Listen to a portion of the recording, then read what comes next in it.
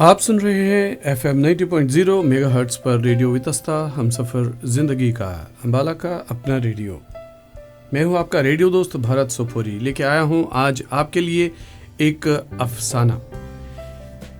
अफसाने का शीर्षक है यही सच्चाई है। ये अफसाना आप उर्दू में सुनेंगे और इसके लेखक है वीरेंद्र पटवारी जी।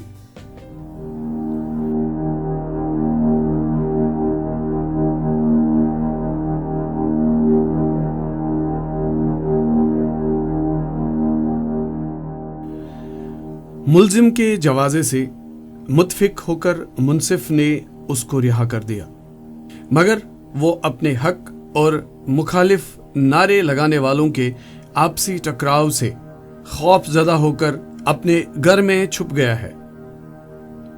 शाम हुई तो एक दरीचे से झांक कर रावण, मेघनाथ और कुंभकर्ण के इस्तादे पुतले बड़े इश्तियाक से देखकर अपने बुजुर्गों को याद करता रहा, जिनको सदियों से तीनों मुतासिर कुन पुतले बनाने में महारत हासिल थी।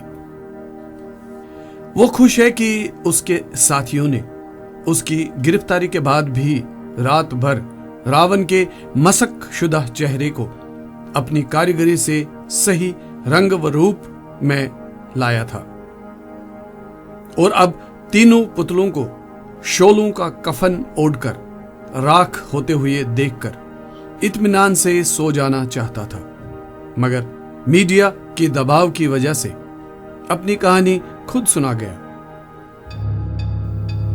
गई रात टीवी पर जब नाजरीन मुकामी दशहरा में जलाए गए पुतलों के हवाले से जुड़ी वो बहस सुनाते रहे, तो उसके तशद्दुद पसंद, फिरका परस्त, तख्ती पहनाने या अमन पसंद, तरक्की पसंद तवानाई से जोड़ने की जिद पर कायम थे। फिर जब उसके बयान ने सबको चौंका दिया, सहाफी सच्चाई का तर्जुमान साबित हुआ। जो भी कहा था वो ही टीवी पर सुनाता रहा। रावण और उसके दो भाइयों के पुतले बनाने का फन हमारे खानदान को विरसे में मिला है। मैं रावण की आंखों में गुरूर का तस्वुर लाने की कोशिश कर रहा था कि जब चंद लड़के रावण के लिए अपनी नफरत अयां करते हुए मेरे तख्लीक को मसक कर गए, यानी खराब कर गए। हंगामा बरपा हुआ तो मुझे गिरफ्तार किया गया।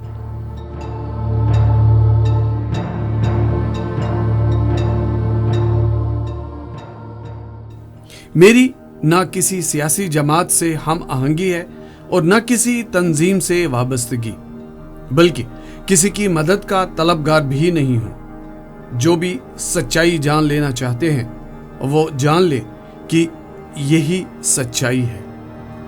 ये सुनकर और वो टीवी बंद करके लबों को सीकर दीवारों पर आवेजान दादाजी की घड़ी की टिक टिक बिल्कुल उसी तरह सुनता रहा जैसे ब्लैकआउट या कर्फ्यू में सुना करता था।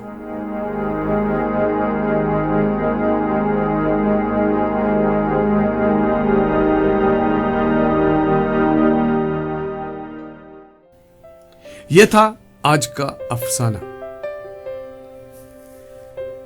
मुझे उम्मीद है कि आपको ये पसंद आएगा, और ऐसे अफसाने अगर आप सुनना चाहते हैं तो अगर आपके मौलिक लिखे हुए अफसाने या कहानियां हैं या लघु कहानियां हैं तो आप FM 90.0 मेगाहर्ट्ज़ पर उनको भेज सकते हैं।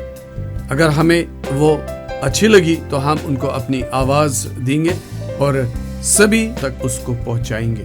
आप अपनी कहानियां हमें भेज सकते हैं हमारे व्हाट्सएप नंबर पर, जो है 7056413010। नमस्कार, जय हिंद, जय भारत, वंदे मातरम।